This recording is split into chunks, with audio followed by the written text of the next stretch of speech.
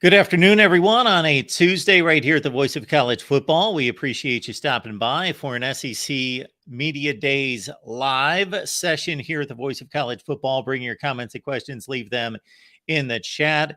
We have scheduled a media rep from just about every team in the SEC. I think we're 12 for 14 right now, so be ready for a big blitz of SEC media coverage here for the next about an hour and a half, about 90 minutes here. And then we will continue, of course, tonight and throughout the week here at the Voice of College Football.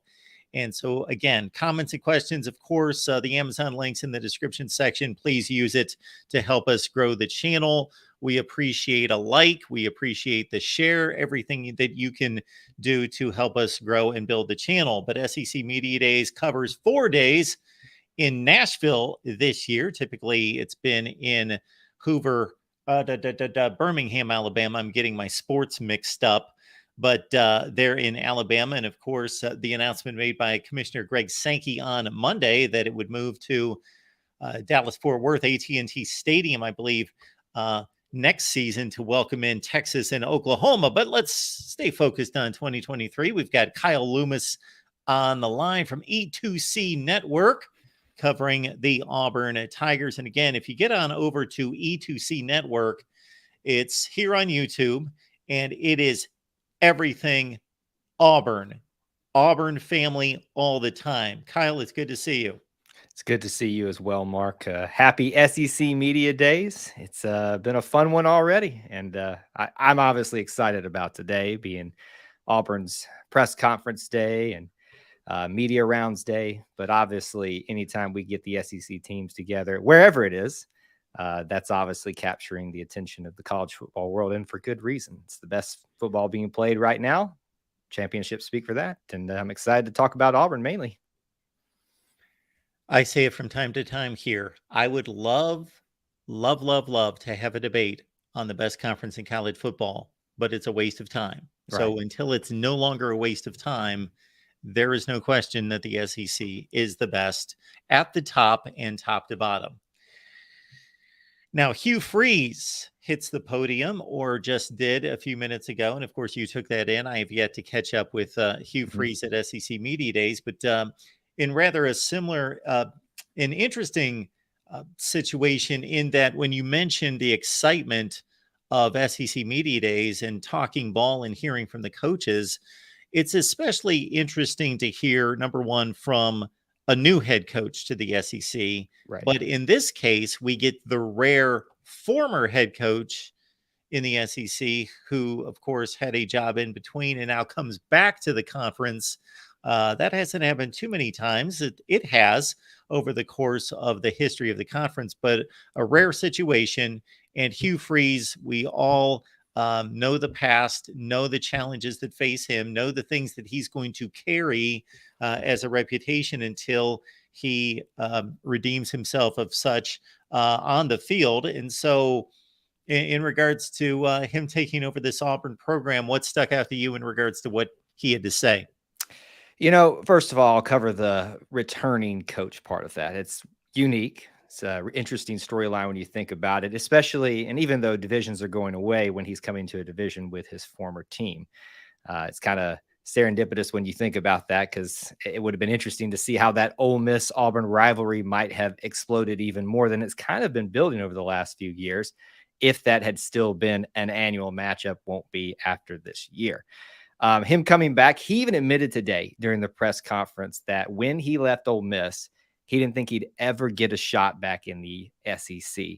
But he also did admit that as they started to have some success at Liberty, there was obviously that glimmer of hope. The competitor in him wanted to get back to the best conference in college football. And here we are today talking about him as the head coach of the Auburn Tigers. I'll tell you what stuck out to me. And I try not to sensationalize things a lot and really temper expectations sometimes when you come to a situation like this. And I think Hugh's done that as well. Since he got here, he's asked for patience. He's told fans to, not expect much at A-Day, which was true given the rain at the very least, and various phraseology like that. When Hugh Freeze walked to the mic today, I got a sense of more confidence than I was expecting from him. Still tempered confidence, still asking fans for patience, noting that there's a talent gap perceived there. Maybe has closed. We won't know till we get out there on the field. But I walk away today feeling Hugh Freeze has a lot more confidence in what this season will look like and what the optimistic outlook might be for 2023 for Auburn. When I see a coach or any individual that's in the spotlight coming back from a situation in which he, I want to say, endured, and on one hand, but of course he was the culprit. He put himself through it. Right. At some point, I do want to see the remorse. I want to see the regret and all those things, but we're way past that. Now I want to see a guy who states that he's learned from it and he's a better person and he has learned from that. And we should all be learning every day of our lives. Absolutely. But that he's in the mode of learning and building from that, because we can, to beat up the guy for the rest of his career does no one any good. And we should all, it's my belief that we should be in the business of forgiveness and then moving on from here. So he's got a fresh start. I think it's amazing. And I wish him and hope for all the best. Did he talk about any particular challenges, whether that be on the field, off the field? You did mention the talent gap that he's going to have to deal with in catching up with an extremely competitive division. But in regards to his, vision of this program and building it. Yeah, let's talk about two things, one off the field and one on the field. And some of that is interconnected as well. He brought the word faith. And when he brought that up, as a Christian, he obviously is that and talks about that a lot, but he was more in the general sense talking about restoring faith, changing the mindset and restoring faith across the board. The big word over the last few days, weeks even, and even today was said several times, was alignment. From top to bottom, president, board of trustees, academics, athletic department, all the way through. There's a sense of alignment that is coming that maybe hasn't been there for quite some time at Auburn. And I'm not saying that's, one person's fault or another, but there seems to be a direction heading in that direction. So restoring faith, part of that, to do that, you have to have everybody going in the right direction, rowing the boat together. And so it feels like there's some acknowledgement from that, from some pretty big voices too. Andy Bertram, voice of the Auburn Tigers, on his recent podcast talked about there seems to be an alignment that's very much appreciated by all parties across the board. So that's a challenge, right? You can say there's an alignment now, but you got to show it. And then you've also got to produce things with that alignment. The talent gap. That's the big question. We know there's a talent gap based off the results of last year and what we can perceive might happen this year. Maybe that perception changed when we get out on the field.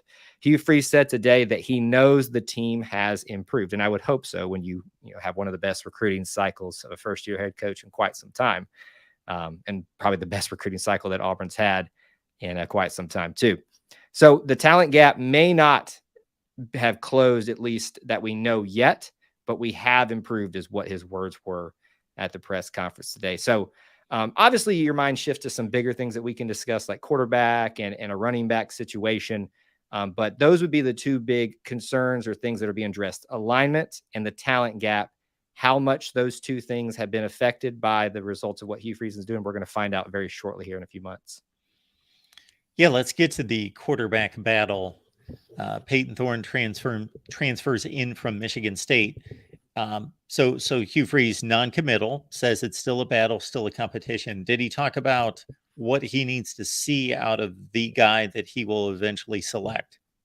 I don't know that he went into specific details about what he needs to see.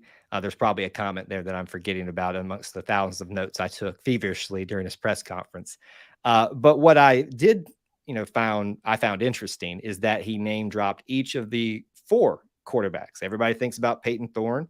Everybody thinks about Robbie Ashford. There's also Holden Geriner. There's also this guy, Hank Brown, who he brought in with him in his first recruiting class.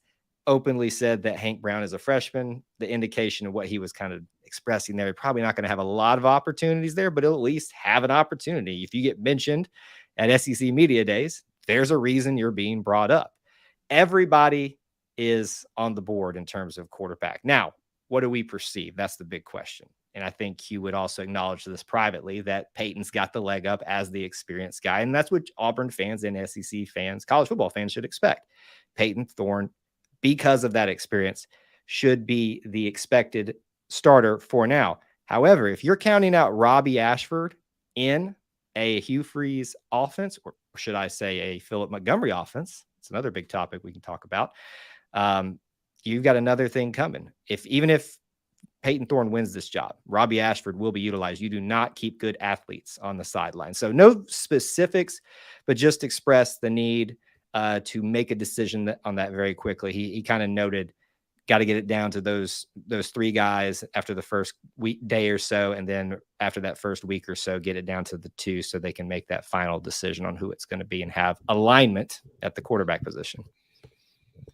Kyle Loomis is here. E2C Network is the destination for Auburn athletics, football in particular, but athletics across the board and activities on campus and the overall Auburn environment, the Auburn family community there on E2C Network. Anything in particular there that we need to spotlight before we move on with the football conversation? Now, right now, obviously, we're going to be talking a lot of SEC Media Days this afternoon. We'll also be doing a little Q&A with some of our listeners if you want to join us for that, this about 5 p.m. this afternoon. But, stay tuned. The football content is going to be ramping up here. We finally started shutting the door on baseball, and, basketball is kind of in its hiatus. The big thing is we talk about here, E2C, the Auburn experience. We love to share experiences, especially from campus, Tiger walks, Eagle flights, other things. So if you love to get the whole Auburn experience, that's where the place for it. What players were selected to attend and represent Auburn for Media Days?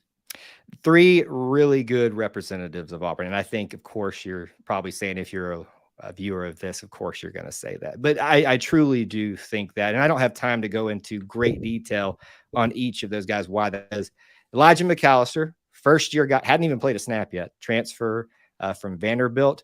The moment I saw his commitment and started watching some videos about this guy, I said, that's a leader right there. And the fact that he is representing Auburn after not even representing on the field is not a shock to me. I'm excited what this guy is going to mean to this team on the field, but especially off the field as a leader. When you've got a transition, you have got to have a leader in the locker room that's going to rally everybody behind them, whether it's a defensive guy or an offensive guy. It's hard for a quarterback to really take that right now when there's a quarterback battle. So Elijah McAllister, great representative. Luke Deal, who's unfortunately had some family tragedies while he's been at Auburn, some very sad situation there, but he's handled it with such grace and dignity, and I think that's endeared him to the Auburn family. I won't go into great detail about that, but just what he's meant to Auburn's been awesome. And then Cameron Stutz, who's been a mainstay at the offensive line. He's played a lot and it's kind of started sometimes, not started. He's one of those guys that represents the holdover across the board of what's been happening the last few years of Auburn. And I hope in what will be his final, I believe he's a junior at this moment, maybe probably a senior, in his final season or two, he's going to get the success that he deserves. Kyle, what is a successful season for Auburn? That's the big question, isn't it? To quote SEC Network, it seems like they're going with the 7-5 record should be considered the standard. My operating principle for Auburn in any season outside of extenuating circumstances is 8-4. I think Auburn has the talent base, the support, the environment that you need to reach 8-4 every year as a minimum. So that when I ask what's the success rate going to be this year, that's my starting point. And then when we get information, I work back or forward from that if need be. I'm still kind of holding firm at that 8-4. I will probably find my way to a 7-5 record if you want me just to get into a record discussion. When all this is said and done, just because there's so much uncertainty, but really it's going to be dependent upon if this passing game can get going. And boy, will that make Auburn fans really happy. You've got some great big targets that he's brought in. He talked about a few of those today in the press conference. The defense, I think, is going to be pretty solid, especially on the back end of that with those defensive back group. And mind you, in the recruiting game right now, we're reloading as well. So there's a lot to like. There's a lot to be hopeful for. Auburn's a team that could surprise a lot of people and win 10 games if the stars aligned, but it's also a team that could just squeak into bowl competition if things don't go if they do go the opposite way of that. So I'll hold it 8-4 right now, but I could easily be swayed to 7-5 or 9-3. So Kyle, I don't know how much time you have for the rest of the rhetoric there at SEC Media Days. Now, of course, the commissioner, Greg Sankey, kicked it off as he does each and every year. And I am always fascinated as to what he had to talk about because of obviously his position in the sport and what's on his mind and what he believes in what is his most prominent address to the media, to the fans the entire year, what he chooses to focus on. And then we heard from Kirby Smart today. We heard from two of the more prominent coaches yesterday, and Brian Kelly at LSU and Jimbo Fisher at Texas A&M. Is there anything else that's been discussed or proclamated from the podium when it comes to the commissioner that caught your ear? The three topics that caught my ear were Dallas, NIL, and expansion. You've already addressed the Dallas part of that, and it makes a lot of sense. Oklahoma and Texas coming in. As much as I hate that we're getting further and further away from the Birmingham locale for SEC Media Days, which I'm a big fan of, obviously, being my school's in that state, it makes sense. With NIL, I don't know if we're ever going to get any clarity on NIL. It seems like everybody's pushing for the federal level to make those type of decisions and regulations. I don't know how you can instill confidence given what's going on in Washington, not just this year, but all years. So to me, it's more on the NCAA. And I think you heard some of that in reading between the lines of Greg Sankey. Is the only one who's going to solve this is the government, but he didn't say this. I'm saying it for him. Can we really trust that? The NCAA is really the beast that let this cat out of the bag without much perceived forethought. But expansion, he didn't rule out expansion from what I heard in his press conference, but he also was very adamant about what I found interesting, calling the SEC now a super conference. And I don't think that's, a misspeak. I think that was a very intentional, because I've been of the opinion that's where we're headed down the line a few years in terms of conference realignment and expansion. I think super conference is going to become a term that becomes more prevalent, and it shocks me in no way that Greg Sankey brought it up in his press conference. Kyle Loomis doing fine work there at E2C Network and the Auburn Experience. Head on over there. Check it out right here on YouTube, E2C Network. Kyle, we appreciate you being here. I'm going to track you down again, and we're going to run down these positional units here before we get to fall camp, hopefully. Yeah, it's going to be fun conversations, and looking forward to it. All right, Kyle, thank you so much. You have a great day. War Eagle. SEC Media Days continue for a second of 4 days, and we are here at the Voice of College Football to break it down for you. We've got Anthony Dasher standing by. He should be jumping on board here in the next 15 to 20 minutes from Rivals, UGAsports.com. That's Anthony Dasher. We've also left the link in the chat for you to jump on and talk college football with us. So again, the link is in the chat if you'd like to talk college football with me. We've got the SEC in play, of course, first and foremost, but anything is on the table concerning college football. And yes, I've been eyeing the chat. It's been rather contentious between the Big Ten and the SEC. Sorry, Big Ten fans.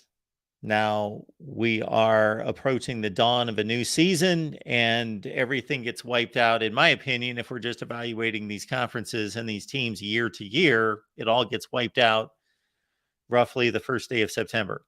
And then we can evaluate the conferences based on what happens on the field this season, 2023. However, we're not there yet. we still have to base our evaluation on what has already transpired. And what we saw in 2022 was just a confirmation of what we saw in 2021 and in 2020 and in 2019. Oh, yeah, 2018, 17, 16, 15, 14. Yes. Going back 15 years in that range, 15 to 18 years at least. There was an argument before that, but since 2006, 7 in that range, SEC,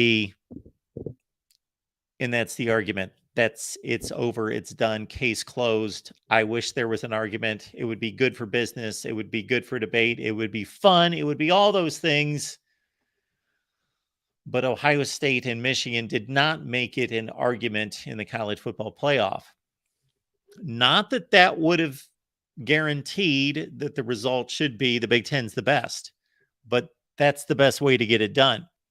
Take your best teams, put them in the playoff, and have them win playoff games.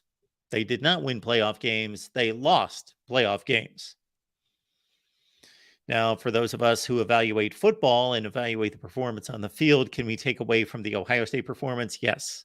I believe the entire nation, anyone with half a brain and a little bit of football sense, took away a certain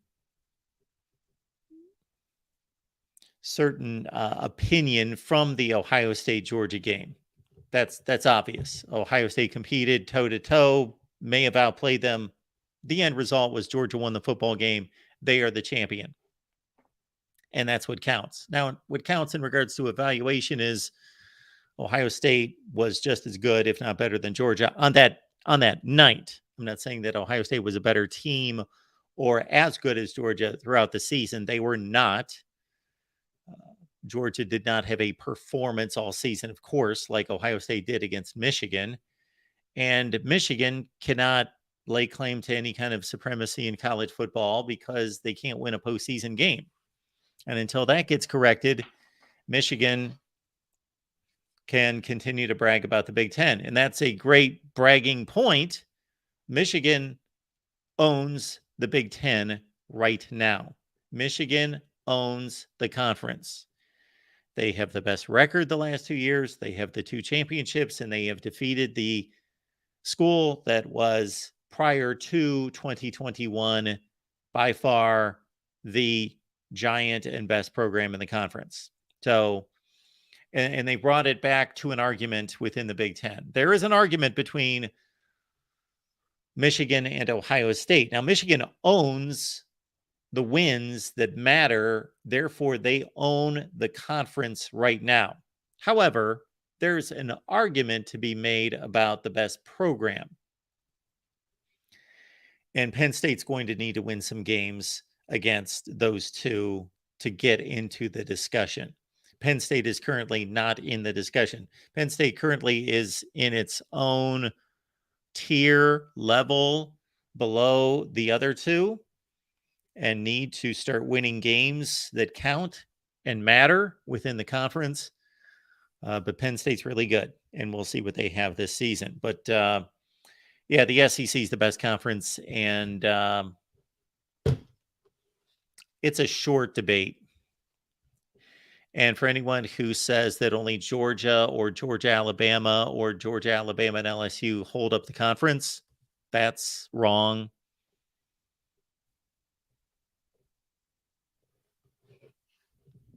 Because you can't take schools like South Carolina and Ole Miss and Mississippi State and others in that mid-tier, and you cannot compare them to the top teams in the other conferences. That's not fair. You need to compare that level of team in the SEC to their counterparts in the other conferences. And you know what? They're largely better.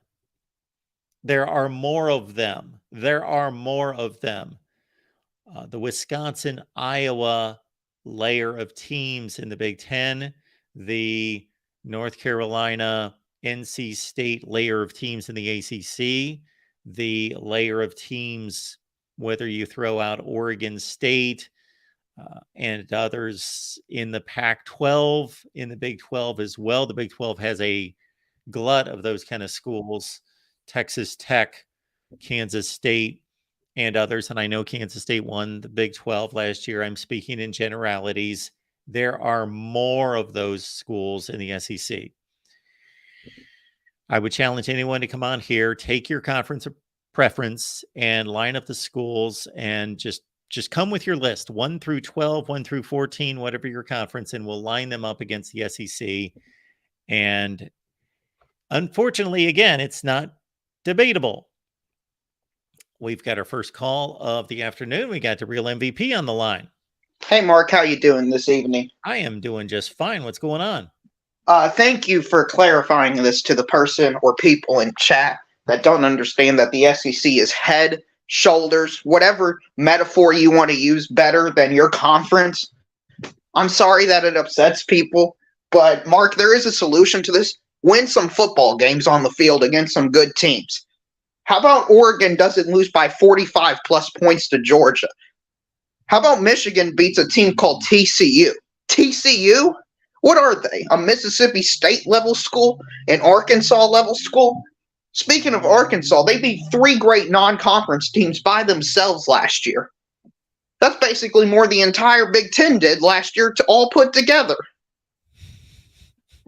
I mean, this is just crazy, Mark. I mean, I just can't believe people still think this. Penn State, their best one was against Utah. Is that correct, Mark?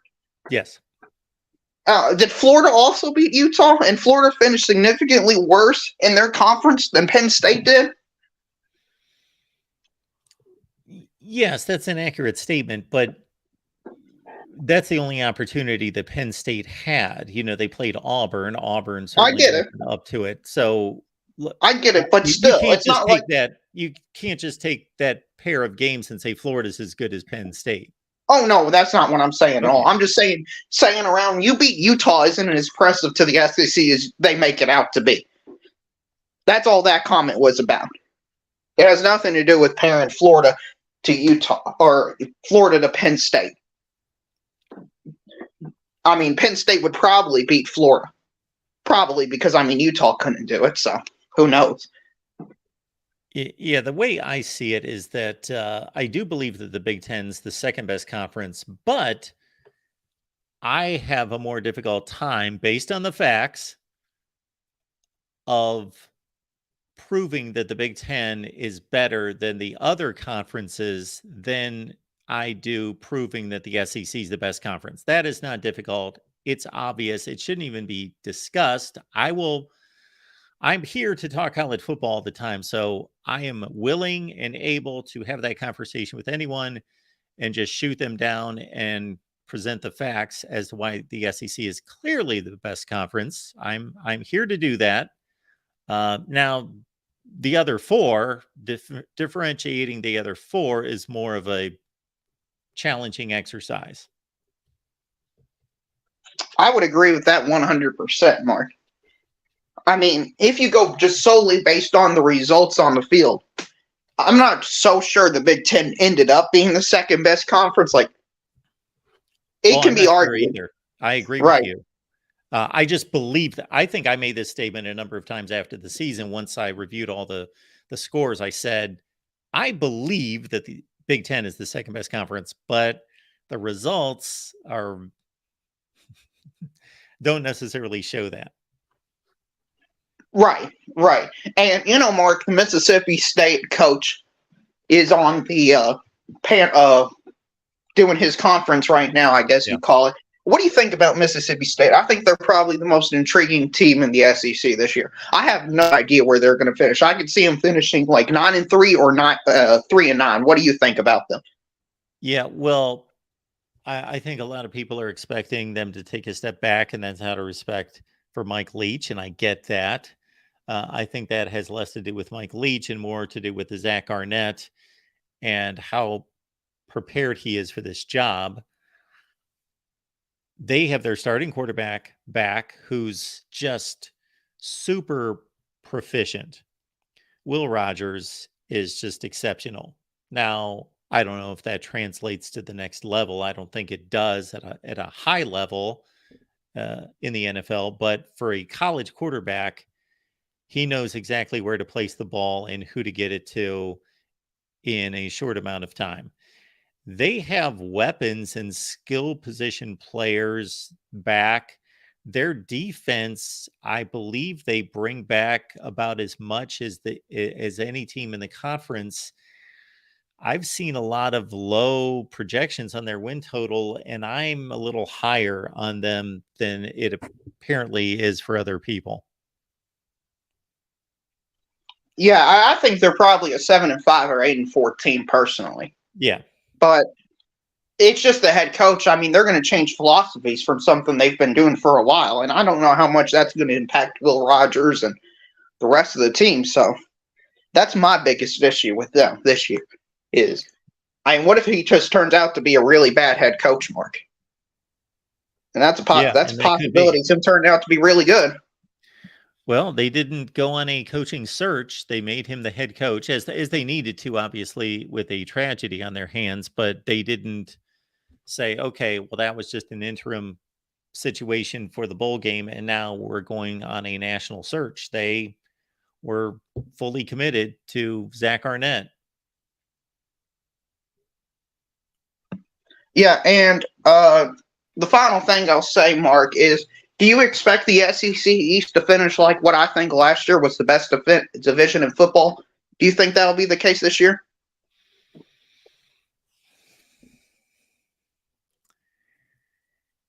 Yeah, I'm not going to quite go there. Why do you think that the West or the East is better than the West? They beat the West. Their top teams beat the West, like Tennessee beat Alabama, LSU, Georgia beat LSU. Sure. So last year, yeah. Yeah, just last year. I'm not talking about 2 years ago, 5 years ago, 8 years ago. Yeah. I mean, it's pretty obvious the West was pretty good. Auburn was down. Texas A&M was down. So it was kind of like a perfect storm of things. I guess I think of it more from the bottom up and see Vandy and Missouri and Florida as not being very good compared to the West. I guess, but also you got to look at their non-conference wins, and I think Florida, their non-conference win against Utah carries more weight than what some of the West teams did in their entire season, like Sure. Texas A&M, for example. I'm projecting forward to this season. I get that. Sorry, this is the actual final thing I'll say. I just saw it pop up. It says Alabama's got a 74% chance to win the SEC West, Mark. What do you think about that? Well, I think that all is based on, most of that is based on them playing LSU at home. I think that a lot of people think that that's going to be a down to the wire race, and both teams are really good but flawed. Therefore, we're not looking at a situation where, like we've had in the last 2 years and possibly this year, where people expect Ohio State and Michigan to be playing as undefeated teams at the end of the year. They see Bama and LSU tripping up elsewhere, and then they see the home field advantage being a big deal when the two play. And it has historically been huge for Alabama, and it's been almost impossible for LSU, minus Joe Burrow, to go in there and beat Alabama on the road. I'm trying to think. The last game would have been Burrow in 2019 and LSU winning that game. The one before that would have been 2011, the 9-6 overtime game in which Alabama avenged that loss in the BCS championship game. But they've had a rough time in Tuscaloosa, and I think that's where that 74%. I'm on record as saying, when I look at the football power index and then how that translates into these win probabilities, home field advantage is important. Definitely. And it's more important in certain venues than other venues. Nobody's scared going to Georgia Tech to play in Atlanta or Duke or somewhere like that, Piscataway, New Jersey, but it's certainly impactful elsewhere. But I think it's when you total all the football games, and I would love to do this as an exercise over the course of years, is see how much home field advantage is really that much of a factor. And you would have to only take conference games because the best teams play almost all their conference or their non-conference games at home. So that wouldn't be a fair statistic. I think it's weighted too heavily, and I think that's a little high, but not much. Okay, Mark, that's all I got for you. Thank you for defending the SEC, and fight on to you. Thanks, Surreal. I just tell the truth. That's all I do. I'm not defending the SEC. I am just telling the truth. And it's not difficult to determine. It is right there for all to see. The SEC has now won, what is it? 4 consecutive national championships. The SEC has by far the best playoff record of any conference, and it's not even close. And the SEC always has the best winning percentage in non-conference games. And as soon as you jump on the non-conference scheduling of the Citadel and Middle Tennessee State and whomever else comes in from the low group of 5 or the FCS. No, I'm talking about high-level games. I'm talking about the high-level games. If we looked at ranked games, non-conference, the SEC would have a huge advantage over the other conferences. I'm not making this up. You can go dig it up and present it. It's staggering just to look at last season. Look at last season, the teams that the SEC defeated. Ohio State, Oregon, Utah, Clemson twice. We'll take all the bowl teams. Okay. Purdue, Kansas State. Who am I missing? Texas.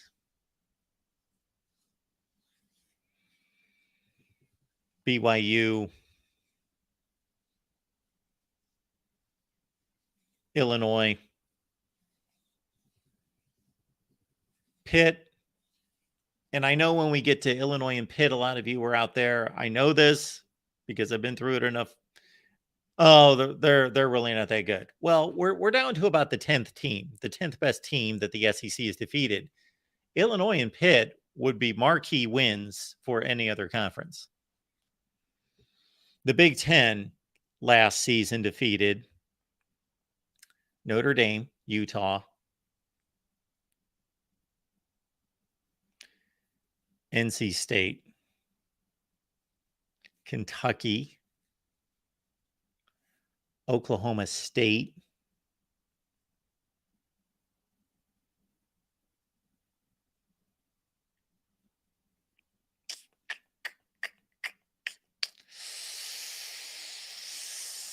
Syracuse. I'm out. That's it.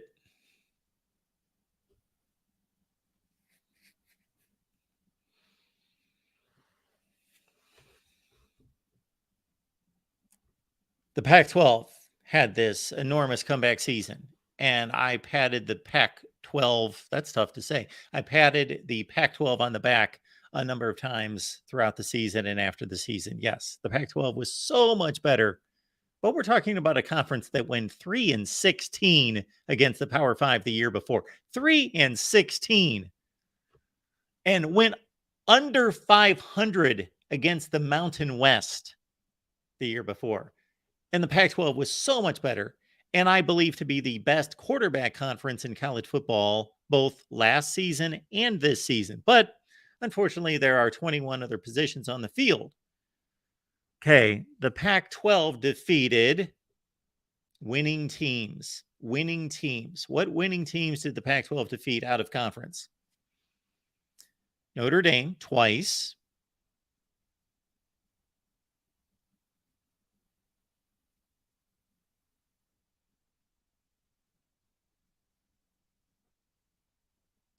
North Carolina, Texas,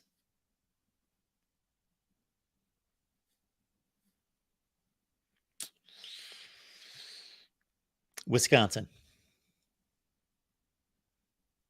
We're done. That's it.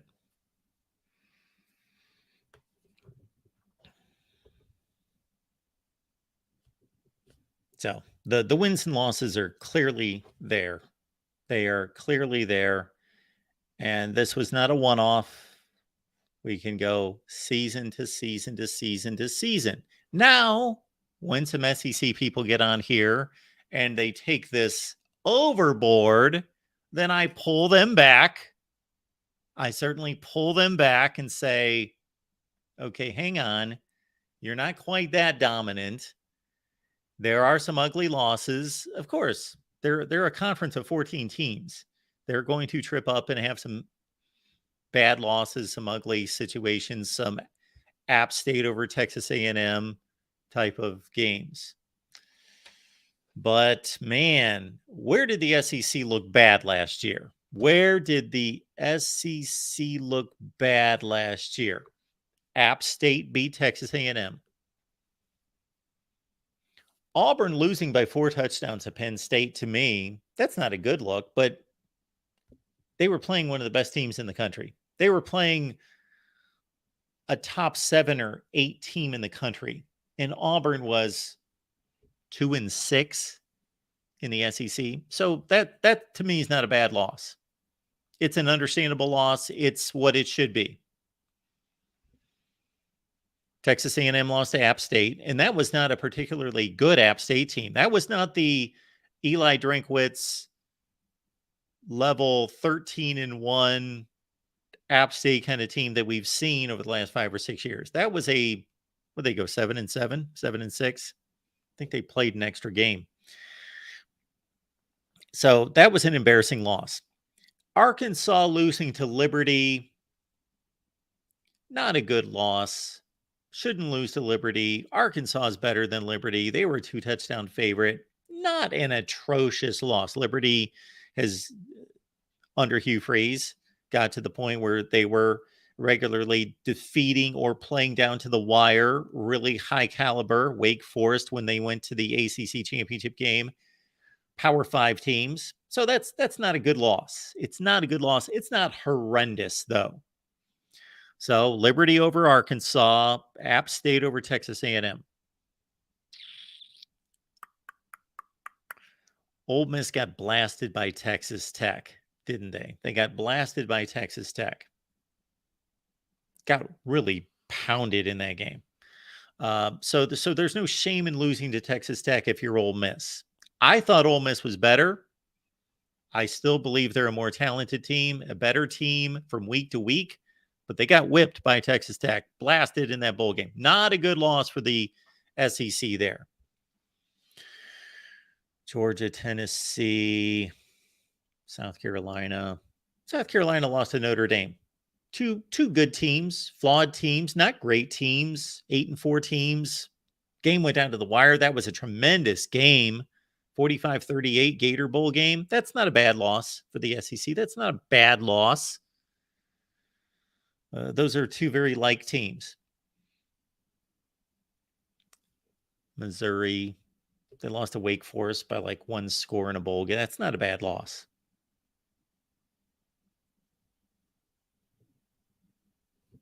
LSU lost by 1 point to a Florida State team that finished 10-3. That's not a bad loss.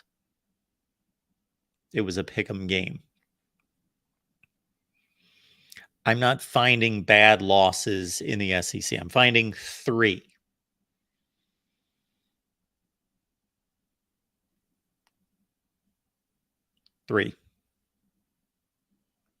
Yes, Florida lost by 27 points in a bowl game. That doesn't look pretty, but they lost to Oregon State. They should have lost to Oregon State. Oregon State finished 10-3 in the top 15 in the country. Florida finished 6-7. Not a bad loss. Now, again, the score was ugly, but really not a bad loss. I'll even add it because it was 30-3. So the SEC had 3 or 4 bad losses. The Big Ten is Michigan's playoff loss a bad loss? It went down to the last possession, and you're playing a playoff team. So I am not going to consider that a bad loss. It could be. It could be argued. And I would accept that argument. I would accept that as a valid point if somebody wanted to say, you know what, that was a bad loss. Bad loss for Michigan, bad loss for the Big Ten. Losing to TCU. I don't consider that a bad loss. But I understand the point.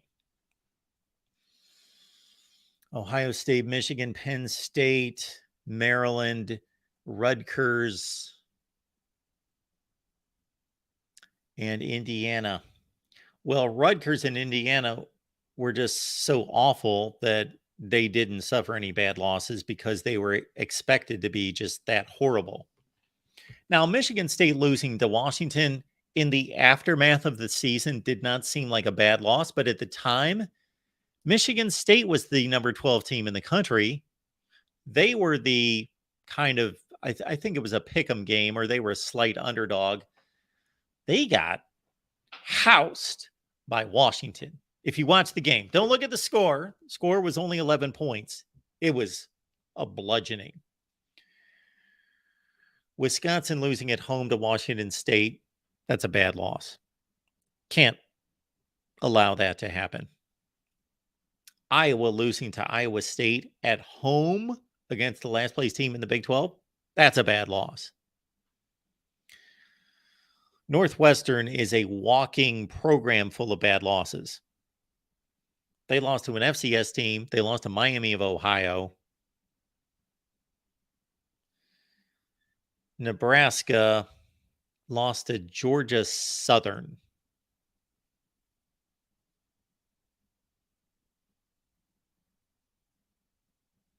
So the Big Ten had a couple more bad losses than the SEC, but it was more about who did you defeat.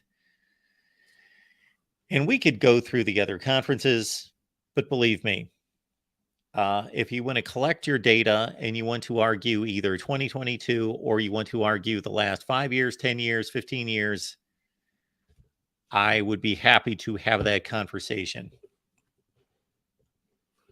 And again, I say this all the time. I wish it was a debate. I wish it was. I would love for us to fill up the offseason by debating the best conference and to have a legitimate conversation about it. But we can't. We can't. Maybe in 6 months. 6 months? In 6 months. In January, maybe we will be able to debate.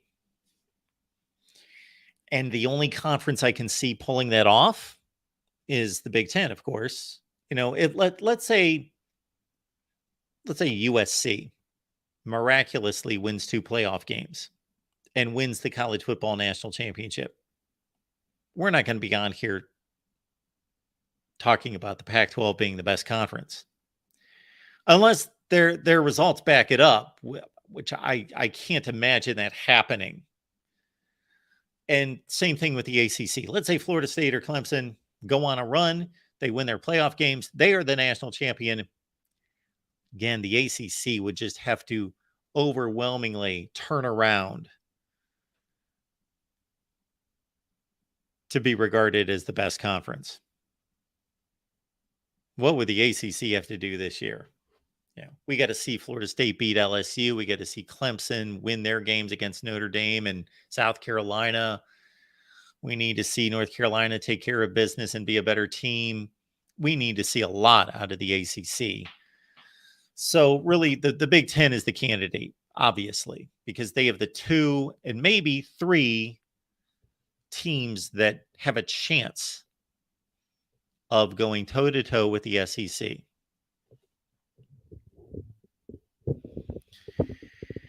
And really, the Big Ten's highlight out of conference this past year was a loss. It was a loss. We all know what it was. That was the highlight of the Big Ten season. out of conference. I'm not saying that was the most important game or anything like that. Michigan won the Big Ten. They were the champions. They won the championship. They beat Ohio State. That's all within the conference, what mattered. But Ohio State doing what it did and showing that performance against Georgia, that was in a loss. That was the most impressive thing that happened in the Big Ten the entire season. I believed that Ohio State was capable of that performance. I believed that they could win the game. I knew that they had enough talent to win the game. I didn't expect them to win the game. And a large portion of me thought, because of that defense, because of how they got beat up in the fourth quarter against Michigan and that hangover and really lacking confidence probably at that point, I wasn't going to be surprised with 45-17. But they stood tall. They delivered. They showed up. But still, you got to complete the deal. You got to complete the deal. Otherwise, we're having the conversation we're having, and we're patting Ohio State on the back saying that was a great performance. That was a great effort. You're probably the second best team in the country, blah, blah, blah, blah, blah, blah. But they lost. So that's the Big Ten's highlight.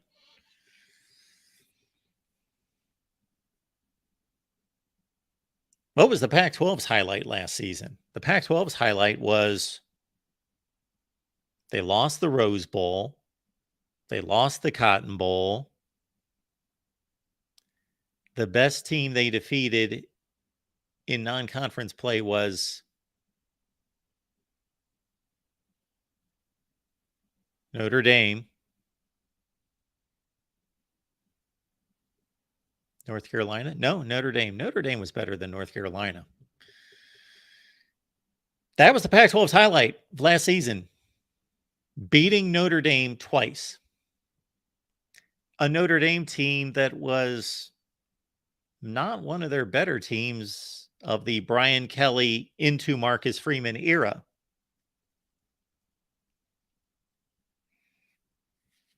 When I get into conversations with all of you and there's a scarcity of big wins for any particular conference, or I let people know there aren't that many wins out there.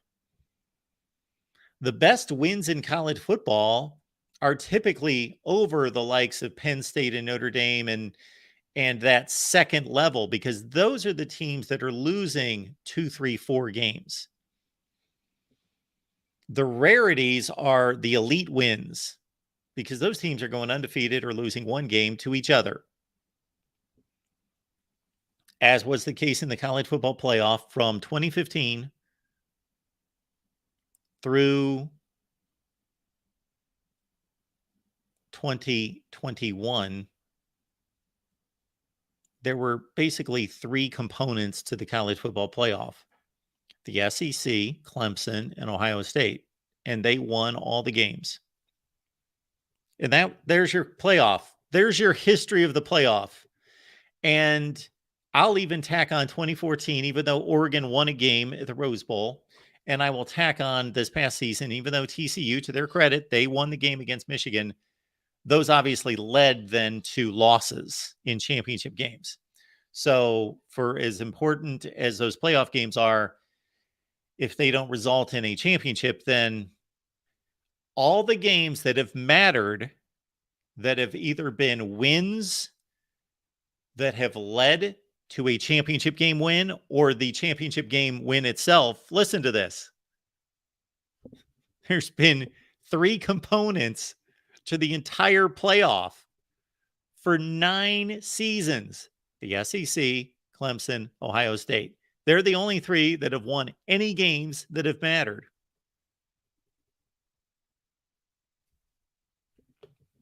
It really summarizes it right there. They have defeated each other.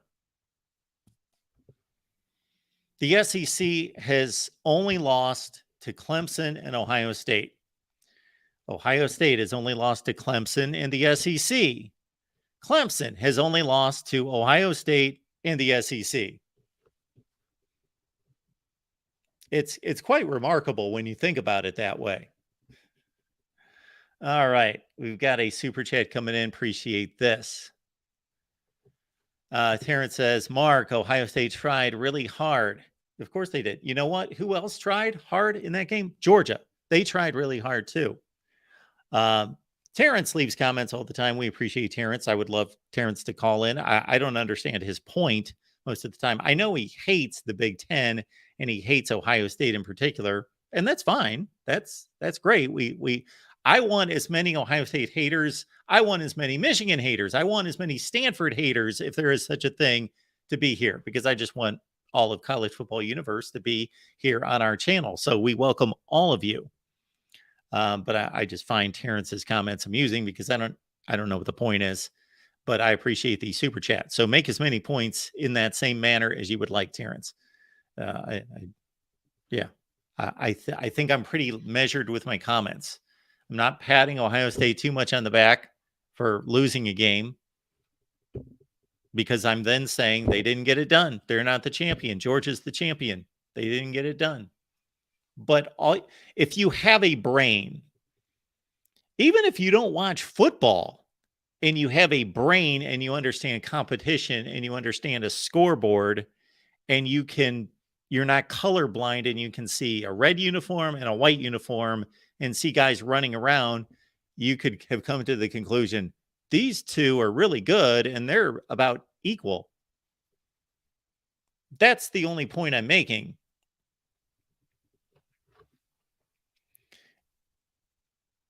If we solely went by the scores of the games, or not even the scores of the games, let's nix that last statement, not the scores of the games. If we strictly went by the results, meaning it doesn't matter if you win 50-0 or 26-25, and it doesn't in terms of who advances or who wins a championship. If Georgia would have defeated TCU 28-27, is that any different result than what it was? No different result. Georgia is still the national champion. If they would have won that game on a last second, if they would have won that game exactly the way they beat Ohio State, would Georgia be any less of a national champion right now? The answer is no. However, what would all of us be thinking about Georgia? How much differently would we view Georgia? How much differently would we view TCU? If they would have lost the national championship game 28-27 on a missed field goal? And how much different, to a lesser extent, would we view Ohio State? We would have thought, okay, well, TCU took Georgia to the wire too. So, yeah. But that's not what happened. We all get to watch the games. So they don't just report the scores in. They don't go play in obscurity and then report the scores back to us and we just say, okay, or just report the winner back to us. Say Georgia beat Ohio State. Oh, okay. We don't know what happened, but that's the result. That's all that matters. No, we get to watch the game and evaluate the teams. All right. Vaughn. Yes, we have dropped the link in the chat at least 3 times. So I apologize. I need to post it in the description section of the video, and I do apologize for that. And I cannot guarantee that I will correct that moving forward. I corrected it for about 4 consecutive shows, but just, yeah. I have spent the day recording and doing other things, and just, yes, the link should be in the description section of the video. It is not. I'm saying it should be. That's what I should do. But we have dropped it in the chat a number of times. So please call the show and we'll talk some college football. We would love to hear from Vaughn and hear from others. Keep in mind that we've got Anthony Dasher stopping by from Rivals to talk Georgia football and Georgia Media Days. He's there at Media Days, so hopefully Anthony can connect with us And we will be here. Let's see. It is 4 o'clock. We'll be here until about 5:15 at the latest, unless we don't have too much traffic. But we can hang out until 5:15 Eastern time. And then we've got to run to do the Iowa show at 5:30 Eastern, and Nebraska's tonight at 7. We hope that you will join us for those shows. So please do that.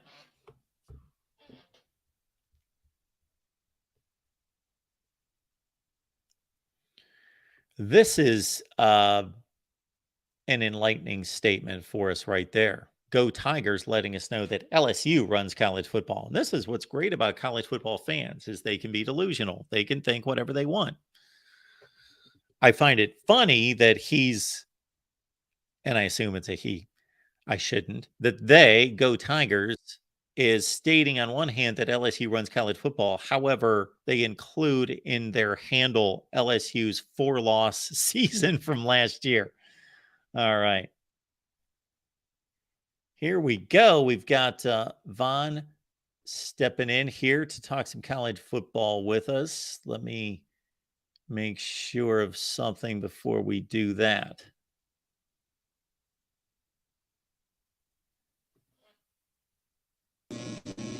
All right. We've got Vaughn on the line. Welcome to the Voice of College Football, Vaughn. Hey, Mark. My internet's not really that well. Can you hear me? Yeah, we've got a bit of a buzz, but we can hear you. Okay. Hang on one second. I may have to drop out. Let's see.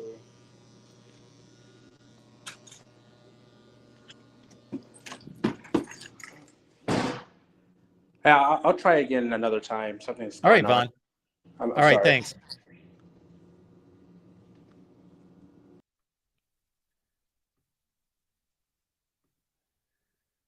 So we will not have a call from Vaughn.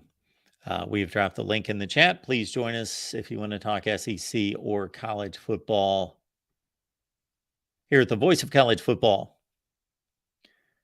Good time for you to be aware that we've got content all over the place. I've got to get caught up on predictions, but predictions are coming your way.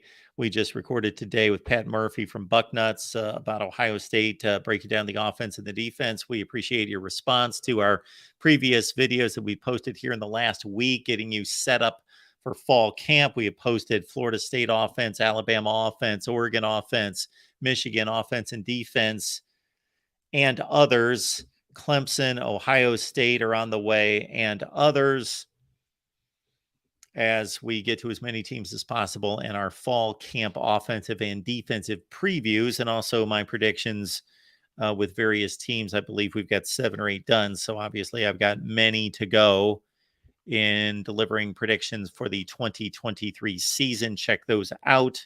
You guys seem to like the rankings videos as well. We've posted Big Ten running back and wide receiver rankings, also top 10 quarterbacks. Check those out, and we will continue to deliver. I've got to also get to my all-time program rankings before the season is definitely upon us. We had hoped to get to those sooner. All-time program rankings. We did deliver our 2023 program rankings, not to be confused with our all-time program rankings that will be coming out soon.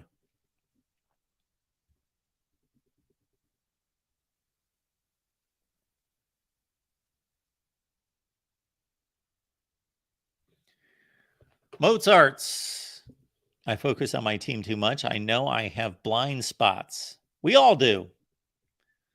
It's good to know that, but I try to watch Mark because he's more well-rounded. Tim is going to save some time.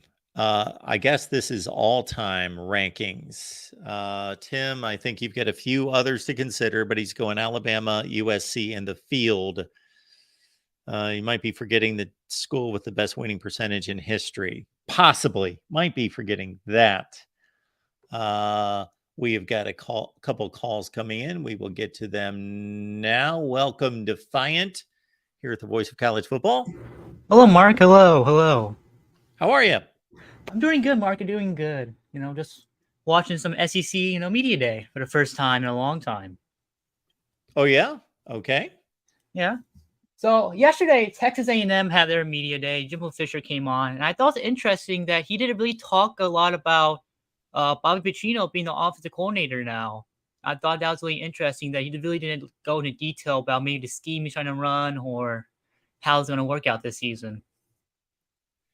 Yeah. So I did not catch up with Jimbo Fisher and his comments yet. I did see that reported a number of places, and like you, I found it a bit odd, but we shouldn't be uh, surprised by anything that comes out of Jimbo Fisher's mouth. Yeah. At the same time, he was obviously a bit guarded, and I don't have an issue with that when it comes to not wanting to unveil his offense Yeah. or to be able to. I'm sure. Well, I'm relatively sure that it's been decided who's calling plays, Definitely. and I take it that he was not wanting to give that up or communicate what the decision was there. Yeah. Yeah. But then also too, I did see also as well. He said, I guess he had a pretty positive attitude or like comment towards Texas. Playing because they're going to play Texas again. Do you think that rivalry being competitive now with Jimbo Fisher, or think Texas or A&M might dominate the series more? Well, I don't think anybody's going to dominate that series because nobody's proven to be that good between the two of them. I expect it to be ultra competitive unless something drastically changes. I think Texas historically has always had the upper hand because it's just been a better program, but that's nothing recent. Yeah, had they played last season, yeah, Texas would have been a slight favorite, but slight favorite. Yeah, going forward, I'm glad that the game's being played again. I thought that was a great rivalry that I enjoyed watching almost every year. And I think it's nice that with all this realignment that's tearing most rivalries apart, or a number of them, that this is one that actually brought two rivals back together. Definitely. And I think Jimbo Fisher likes that he can play Texas again because, again, it's one of probably the greatest rivalries of like the old Southwest Conference. When the Big 12 line, picked up the 4 Texas schools, I think that's one of the rivalries that they wanted to keep when a realignment in the 90s. And now to see it again happening next season and for years on, I think it's definitely going to be something interesting to watch again because of all the history they have, but definitely going to be nice and exciting to watch and play again. And I also have to think, Defiant, that there's a bit of a turn that could take place because of the recruiting portion of this, and with Texas A&M moving to the SEC, even though that has not maybe turned out to be on the field the type surge that Texas A&M fans were hoping, it has been a surge in recruiting. But now with Texas coming to the SEC, I think the recruiting battles are going to be even more fierce. And man, Texas has not needed any help in recruiting, but now with an SEC logo on their shoulder, they're really in a good position to be an elite recruiter. And I definitely think too, if Texas dominates, maybe goes 8-5 the first year, and A&M struggles again like this year, I think Texas will dominate recruiting more because you see them winning now in a better conference against better competition, while A&M is still struggling to get even 6 wins or 7 wins maybe. So I definitely think if Texas dominates the first year, or maybe goes again 8-5 or 7-6 maybe, and A&M struggles again, I think Texas will start to dominate recruiting more. Yeah, so I've got to think that there are certain high school recruits who are drawn to the SEC for one or both of two reasons. And one would be that they want to play against the best and they want to play as many NFL players, future NFL players, as possible to prepare and develop them for the next league, for the NFL. And they want to be recognized. They want to be relevant. They want their games to be watched.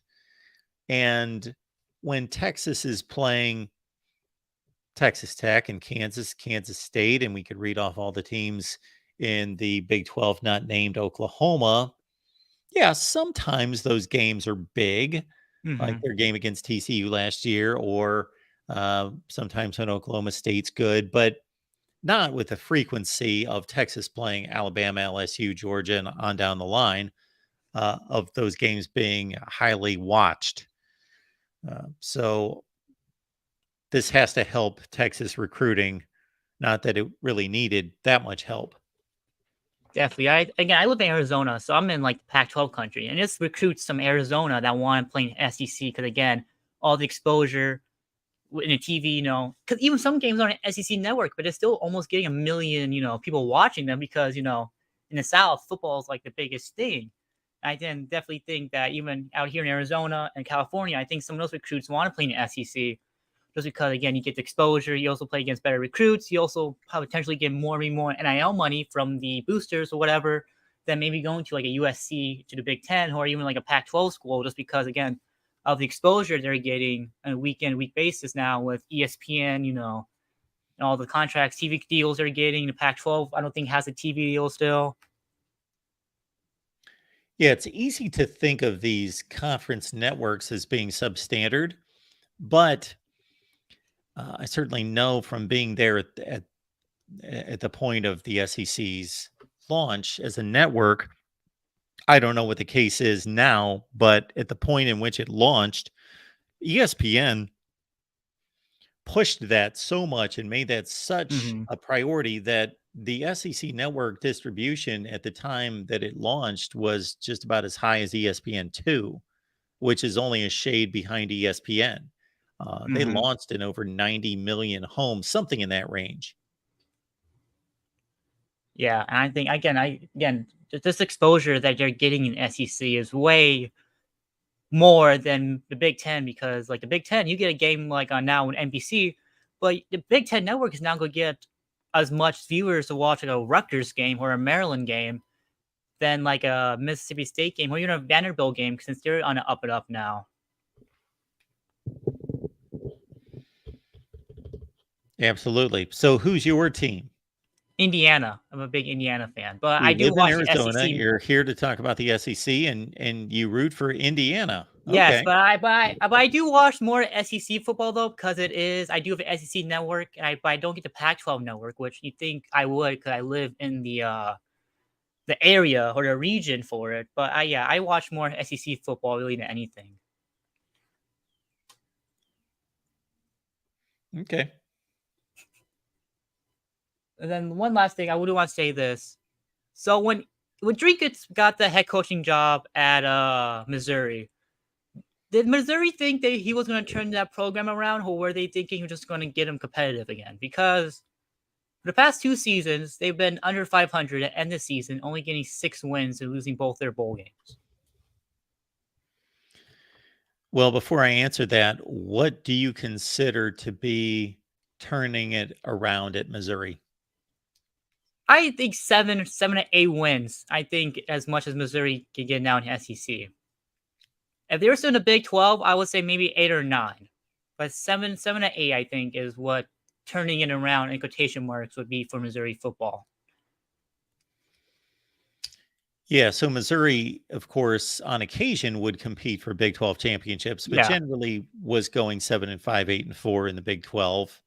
And actually, it stretches in the early 2000s where they were winning 3, 4, 5 games. They come to the Big 10, they win the East twice. But since then, yeah, I don't know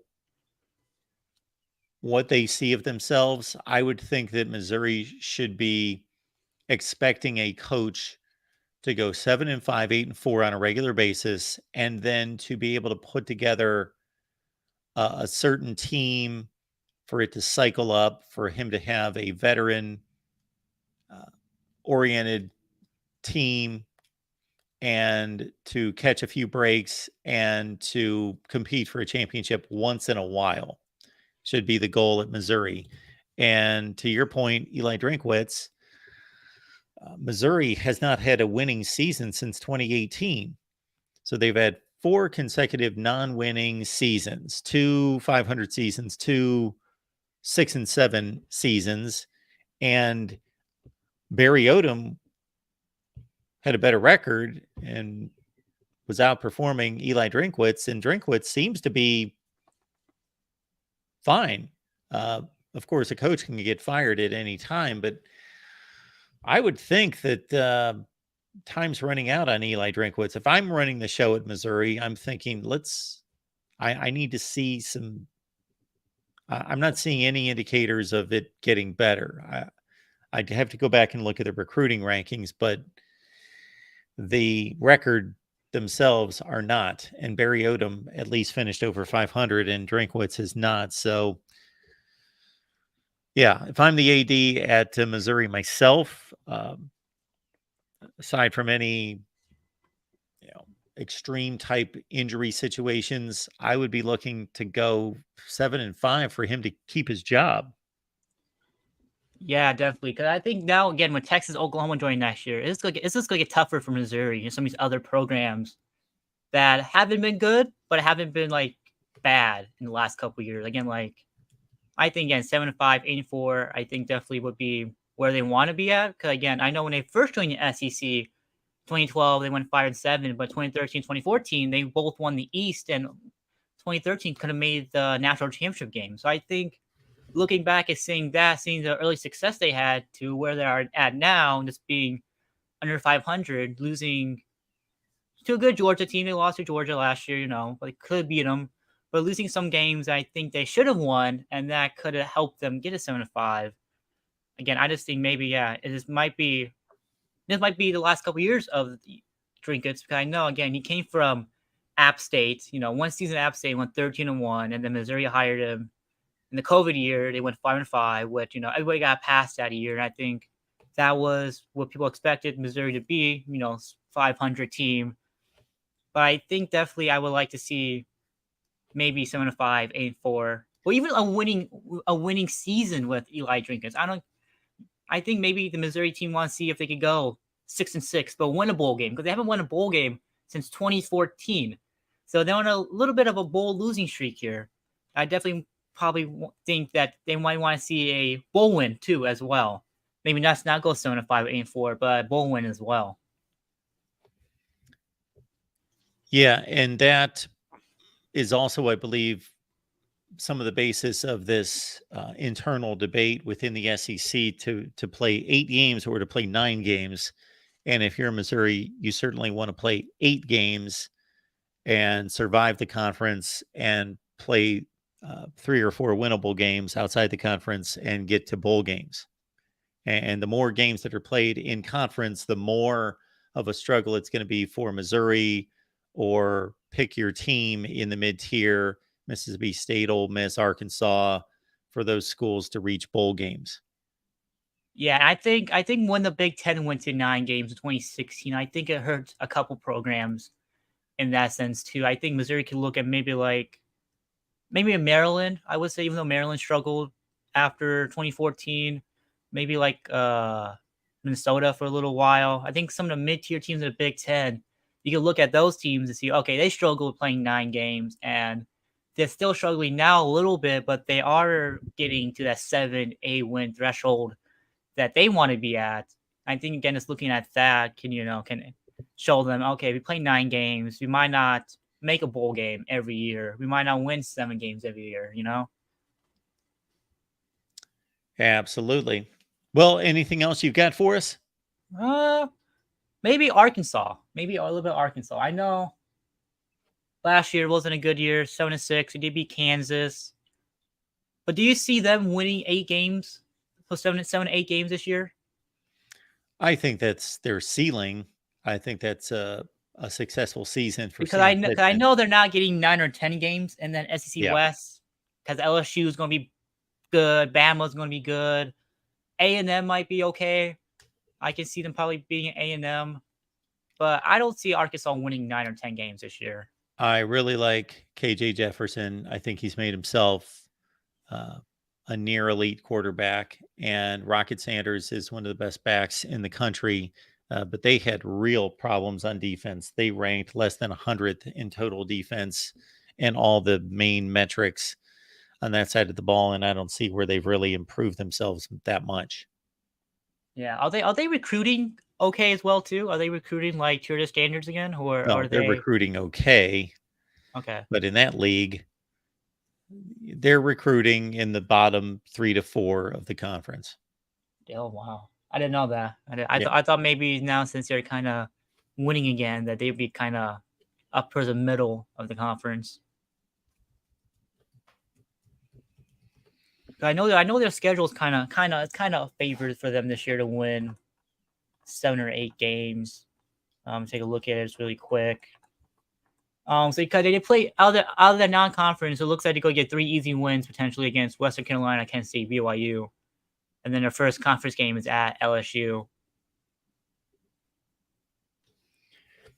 Their last 3 recruiting classes are 28, 27, and 22 in the nation, which they were playing in any other conference, that would be fine. That would be competitive, but that's better than Missouri. It's better than Vanderbilt, and it's right there with Ole Miss and Mississippi State, and it's below everybody else. And it's right there But with you kind of Kentucky. expect you kind of expect Missouri and Vanderbilt to be towards the bottom of the SEC in terms of recruiting classes year in year out now. Oh yeah. Yeah, I know Sam Pittman's doing a good job there. I think, revitalizing that program. That I shall not name the coach they had before that went 4-18. But yeah, I think Arkansas is gonna be okay. I think again they have some pretty maybe easy non-conference games, and then I think they probably had some easy winnable games in the SEC this year, and some of them are at home. So All right, man. Well, thanks for the call. We appreciate thank it. you, Mark. Yeah, thank you. We will keep it moving here at the Voice of College Football. We got Vaughn on the line. Vaughn, hope you can make it through this time. Yeah, I hope so too. Sounds better. I wanted to talk a little bit about the SEC hegemony and how maybe the Big Ten can catch up. It seems to me that what the SEC country does really well is their high school football, and high school football doesn't seem to be very important in the Midwest, and that may be because of weather. I don't know, but I think the Big Ten or I think the Midwest country needs to step up their high school football programs and get to the point where there's more football. Of course, not year round because of winter, but a lot more often than what we currently have, because the Big Ten will never catch up to the SEC until those states or that region of the country takes vast steps to improve high school football and produce more higher prospects. And I know that's not going to happen overnight, and I foresee the SEC having another decade or two of hegemony. But I think that's one of the elements that needs to happen for the Big Ten to catch up. The one major issue that's hurting the Big Ten in all of this is population movement. So the population growth and the movement in the country going south and going west has hurt the Big Ten footprint for decades, and it continues to. So they're fighting an uphill battle when it comes to just the sheer number of athletes in the region. And then the battle becomes worse when, like you say, that the level of high school play isn't what it is in areas of Georgia and Florida. And now, it's kind of surprising to see a state like Alabama that's playing and producing more high school 4 and 5 stars than any state in the Big Ten footprint. And that wasn't the case. You would have never compared Alabama to Ohio or Pennsylvania 20 or 25 years ago in recruiting. But now Alabama's better than Ohio and Pennsylvania. Yeah, I think there's going to be in a few decades. I think there will be another population shift where the Midwest will become more populous, and I know this is going to sound crazy, but I think climate change is going to kind of drive that as people as I know it sounds crazy, and so I don't want to go too deep in it to rile people up, but well, I can't say it hasn't crossed my mind that if the climate change is as severe as some people think it is, and I don't want to get into it either because I don't know why it's political, but it is. I think it's more just about what is the science telling us. Yeah, if it continues to be 110 degrees in the summer in various locations, then people are going to start to weigh their options, and it would only make sense that it would be warmer in the north than it currently is and has been. I'm impressed that the Big Ten has been able to remain relevant all these years, given the football product. Ohio State, in my mind, has single-handedly for a long time kept up the conference and kept it relevant. But I think, and I mentioned this in the chat, I think the Big Ten commissioners have been really smart financially, and that's the big reason why the Big Ten is the second best conference. Because as far as like football product, I mean, you can definitely argue, there's some other conferences that may be better. Maybe not. I mean, I don't know from top to bottom, but there's a lot of teams in other conferences that you would think will have better product because, like the ACC, for example, is adjacent to SEC country, and so that they get top talent, but for some reason, the Big Ten has been able to keep itself relevant and keep itself, a distant second place as far as conference dominance, and I attribute that to how smart the commissioners have been with the financial aspect of it and with the TV deals. Because I remember a stretch where the Big Ten maybe had one or two bowl wins in the postseason. Like the Big Ten product was just so bad that we were a laughing stock for a couple of years. And of course, I mean, the SEC will always laugh at the Big Ten because they're number one, and rightly so. It's bragging rights. But it surprises me how well the Big Ten has kept itself afloat. Absolutely. Well, you have a lot of proud tradition in the Big Ten, and you do have high school football play that was strong in certain states, Ohio and Pennsylvania in particular, for a long, long time. So that hasn't completely gone away. And you just have outstanding schools. So for those athletes that care about that, they're going to be drawn to schools that have the academic reputations that Big Ten schools do have and deliver. And these institutions having the kind of alumni bases that they do and the kind of money resources are able to make up for some of that recruiting disadvantage. Yeah, I think, I mean, for the time being, that the SEC is going to be the top dog for another decade plus. But I see college football, trending to just maybe two powerhouse conferences, and then the other conferences will get eaten up, and maybe that's how the Big Ten catches up to the SEC. But thanks, Mark. That's all I wanted to say about that, and just wanted to throw in my 2 cents about the SEC and the Big Ten and how dominant the SEC is, and hopefully the Big Ten can close the gap. And with USC and UCLA coming in, I think that's a step in the right direction. For sure. All right, Vaughn. Thank you, Mark. Appreciate you being here. Yep.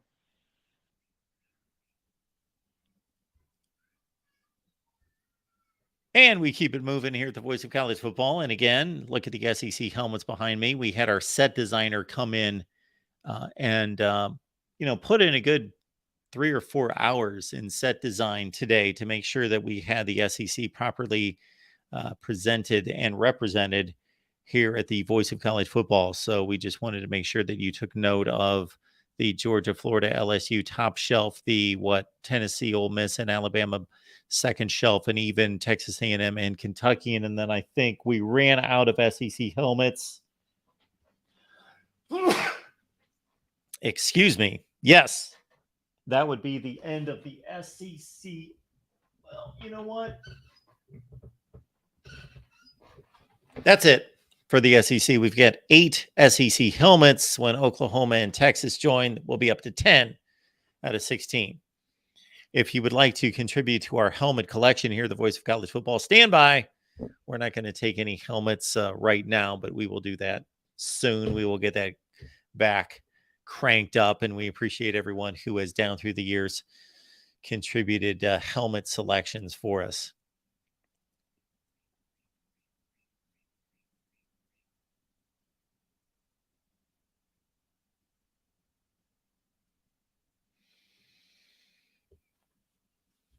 Randy says the Dogs will win 3 championships in a row. Then what are people going to cry about? Go Dogs. Dave, the Big Ten could buy the SEC twice. Cherise says it took Georgia 41 years to finally win another national championship. Blue raised, arm raised, face, blue, smiling face, green, smiling. Yes. Okay. Cherise going back in time to review the Arkansas-Texas rivalry.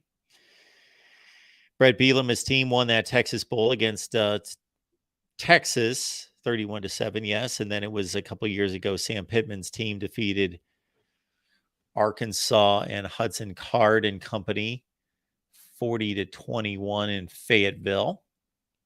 Remember both of those matchups quite well. And Texas does lead the all-time series 56-23. We will see, since the SEC has not made a commitment to its scheduling format going forward. They simply scheduled 2024 and let us know the approach there, and then they would determine how they were going to continue that approach. And that leads us to believe, it's very simple to see, that there's an internal struggle among the SEC on how they want to approach scheduling in terms of rivalries, numbers of rivalries, 8 games, 9 games, all of that's on the table and yet to be decided. We will see who wins that war, and also consider that the television partner ESPN is involved there as well, to a certain extent. To what extent, I don't know. I know there is, of course, communication there because they have a stake in this and they would like to see more SEC games.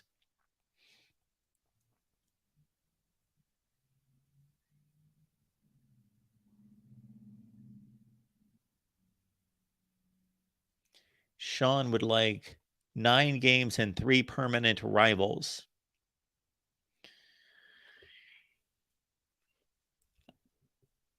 I am usually convicted on these topics to take a side, and already don't even have to choose a side because I just, in my heart and in my head, I'm convicted about one particular side. When it comes to the SEC playing 8 games or 9 games, I understand both arguments. The argument on the 9-game side is coming from all the other conferences that say, and the other fan bases in the other conferences that say, we play 9 games, you got to play 9 games. No more cream puffs, or not as many cream puffs as you currently play. Play a 9-game regular season. We need to make college football uniform. Totally get that argument. Makes total sense that if one conference plays 9 games, they should all play 9 games. However, let's also understand that hardly anything in college football is uniform. So it's not like everything else is uniform, but we just have this number of conference games as a rogue violator. No. All sorts of things are just dictated by each individual conference. And so let's also understand, again, we'll start with our starting point that the SEC is the best conference, and it is. Therefore, even in playing 8 conference games, one less than just about everyone else, and playing an additional cream puff, and most of them do play an additional cream puff. Not all of them. Florida's got Florida State and Florida has Florida State and Utah this year.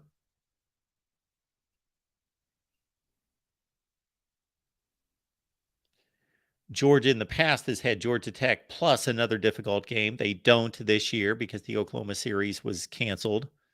South Carolina has Clemson and North Carolina this year. Last year they had Clemson and somebody. Maybe they didn't last year. But again, there are schools in the SEC that schedule 2 difficult games. Some of them, the minority, play 2 difficult games. So most of them play more cream puffs than, let's say, their Big Ten counterparts. However, I'll take the SEC side because I agree with their side as well. They play the toughest conference. Therefore, their 8 games are tougher than other teams' 9 games. And we also have to understand that while Power 5 games are a measurement of difficulty, that's not the end all be all. Cincinnati certainly has been better than Indiana. They just beat Indiana by 3 scores last year. So non-Power 5, Power 5. And I know Cincinnati's Power 5 now, but I'm saying last year, a non-Power 5. Tulane's better than a lot of Power 5s. So not every, it's only an indicator of how many Power 5 teams that you play, being related directly to the difficulty of the schedule.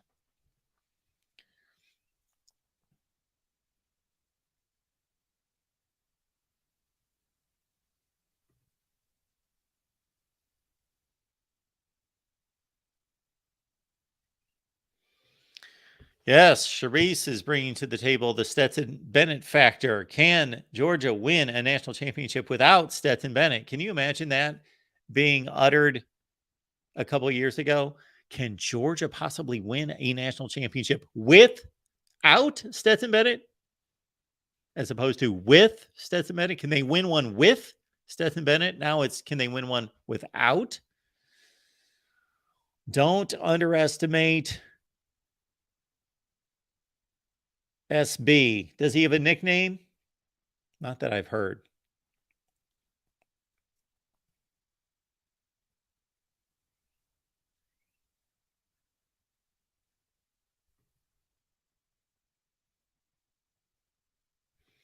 Edward, get ready to add a Florida State helmet up there. We've got a Florida State helmet, so don't worry about it. We've got Florida State covered.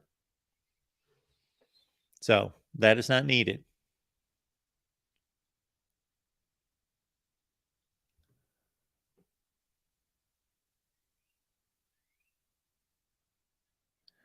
The issue, I was going to complete my thought on this comment about the 9 conference games and the 3 permanent rivals is I don't need permanent rivals. I don't know why we have to have the same number of permanent rivals for everyone.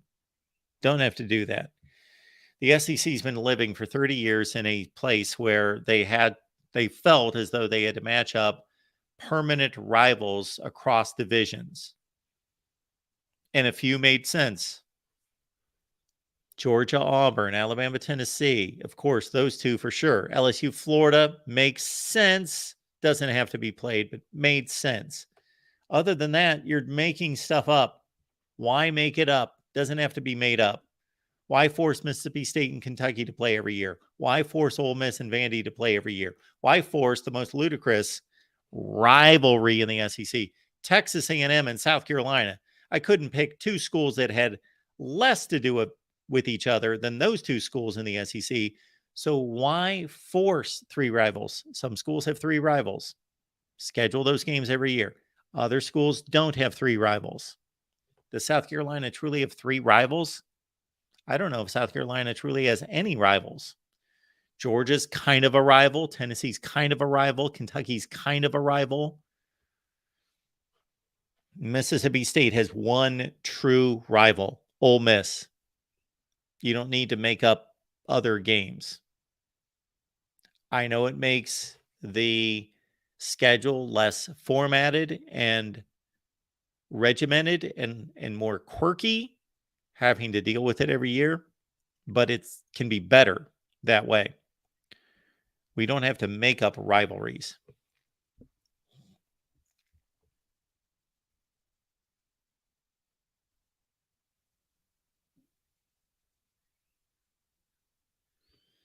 Yes, Sean D., we know who South Carolina's rival is in the Palmetto State, but in conference, yeah.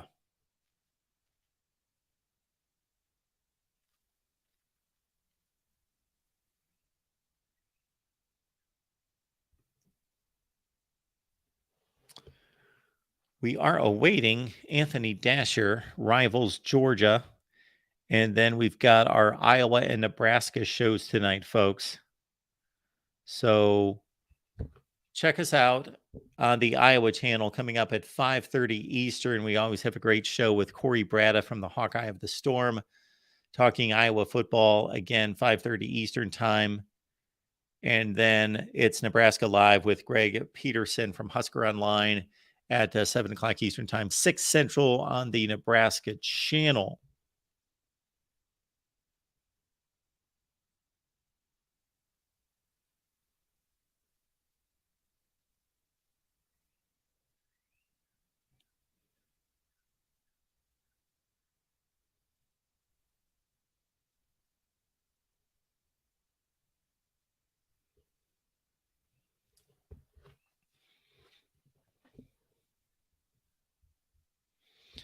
SEC Media Days, of course, today was Vanderbilt, Georgia, and Auburn. Check out the conversation we had earlier in this live stream with Kyle Loomis from E2C Network, and we're awaiting Anthony Dasher from Rivals.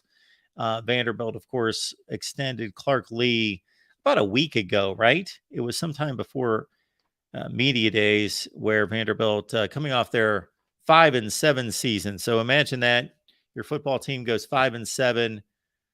Your football team goes 2-6 in conference, and they're jumping for joy, and they extend the contract at the head coach. And I'm not saying that Clark Lee does not deserve it, that he did not earn it, but that's just the state of Vanderbilt football. Vanderbilt looking to defeat Kentucky back-to-back seasons for the first time in over a decade, and looking to defeat Florida in back-to-back seasons for the first time since 1946.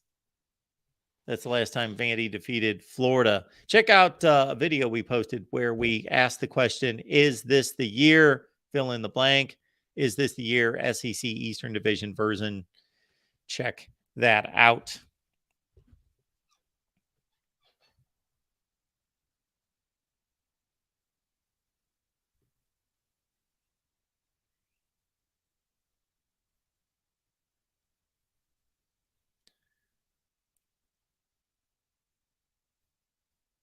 Looks like we've got a healthy Georgia contingent in here. And wow, Georgia football, huh? Really the only thing that Kirby Smart needed to talk about is all the issues off the field. It's been a ugly off season for Georgia football. I didn't get to see the complete podium appearance by Kirby Smart. I saw about the first 10 minutes or so. I need to go back and watch the rest, but he talked about Carson Beck and his development, of course.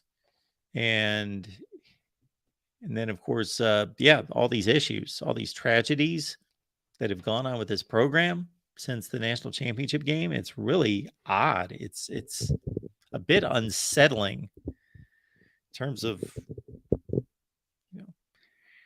you've got 105 players, you have support staff, you have coaches. Things are going to happen that are not the prettiest, that are either tragic due to nobody's fault or where people are making bad choices, bad mistakes, and stupid decisions. It's going to happen, especially at that age range. But this offseason, Kirby Smart needs to rein some things in. Seriously. He talked about leadership and the ability of his players to show leadership and why he brought the players that he did. And I was just getting to that part where he talked about leadership, and he mentioned 3 things that he has conveyed to his players about leadership and really to himself. Number 1, you've got to make decisions that not everyone is going to agree with. Not everyone is going to enjoy or back all of your decisions. You're going to have to make tough decisions if you're a true leader. You're not going to please everyone. Not everyone's going to like you all the time if you're truly a good leader. What was his third point? Third point about leadership, something about, I'm not coming up with the third point, but they all had to do with making difficult decisions and determining what's best for as many people as possible. Sometimes you have to make a tough decision because it's not in the best interest of 100 people or 1,000 people or 330 million people in the case of the United States. But you have to kind of weigh the pros and cons and determine, is this going to be the best long term? Is this going to be the best for the most people? Is this going to be the best for the people that need it? And he was just starting to talk about complacency and what is going to keep Georgia from complacency. For you folks who run on a regular basis, and it's been a long time since I've run, I'll take a little sprint every so often. I've been playing some softball on Friday nights. That's been fun, but I'm talking about really running. That Kirby Smart told the story about Brock Bowers taking on the other Georgia tight ends, and they were racing 100 yards at a time. So not only is Brock Bowers faster than all the other Georgia tight ends, this is pretty remarkable. The other tight ends were all together. So they were all facing Brock Bowers. So Brock Bowers would run a 100-yard dash against another tight end, and then he had to take on the next tight end. And he was not taking any time off, and the other tight ends were taking the time off, and so they were rested, and Brock Bowers was still defeating all the tight ends. And we've got a guy on that's going to give us a little bit more enlightenment to all of this. Here on the Georgia side, we got Anthony Dasher here from UGAsports.com on Rivals. Anthony, what's going on today? Hope you can see me in my little cave here, okay? Try and get out of the way of all the other media people here a little bit. we got you, Anthony. How are you? Doing good, man. Anthony joining us from SEC Media Days. Anthony, when you came on, I was just telling the story that Kirby Smart was telling about Brock Bowers taking on all the other tight ends and being able to outrun them, even though he didn't have any rest. So he'd have to face a completely rested player, and he still whipped them all in the 100-yard dash. Yeah, it was a little what they call a box drill. They have to run up and down the sideline, but apparently, on one of the runs, it's like 100% run. And the next time he's supposed to jog, the other two tight ends were going. He ran the whole time, full speed, but forcing Brock to do the same. He did. He still wound up. So he's pretty much. Hey, Anthony, what I really wanted to hear out of Kirby Smart, because the football's pretty obvious. The challenge in football and where they stand, and really that they're just needing to stay out of their own way. They just need to stay focused and stay at the task at hand. But it was more about what has been a pretty unsettling off season off the field. Sure. And, your thoughts about what Kirby Smart had to say in addressing, the issues with the program and what's been going on. Well, first of all, I'll be surprised. I'm surprised really only one question was that day during the big media scrum, and that was about some of the super speeding issues that Georgia and Curry have acknowledged from day one that's a huge problem. That's something they got to find an answer to, because you can't have not just a football player, it would be you, anybody else in the public can't go speeding 80, 90 miles per hour and put people's lives in danger. That's something they got to find an answer to. But some of the other stuff, the implications about electoral constitution that Georgia, quote unquote, tolerates, sexual misbehavior. That's stuff that I can tell you is 100%, every one of the three players who have been already questioned, one came off immediately, the other two guys, Georgia, so Georgia tolerates that kind of misbehavior. I got to argue with that just a little bit. And no doubt, I think Kirby Smart is Anthony, unfortunately, the audio is just really chopped up, and unfortunately we can't make it out. You've been frozen there for a while, and that would be fine if we had the audio coming through, but unfortunately I can't quite make anything out. But we appreciate you being here, Anthony.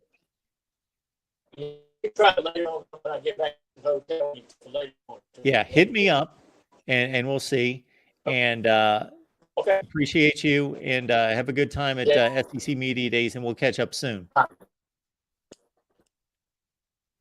All right, Anthony Dasher, Rivals. We've had him on a number of times, and unfortunately we couldn't hear from Anthony. He's buried in wherever they are.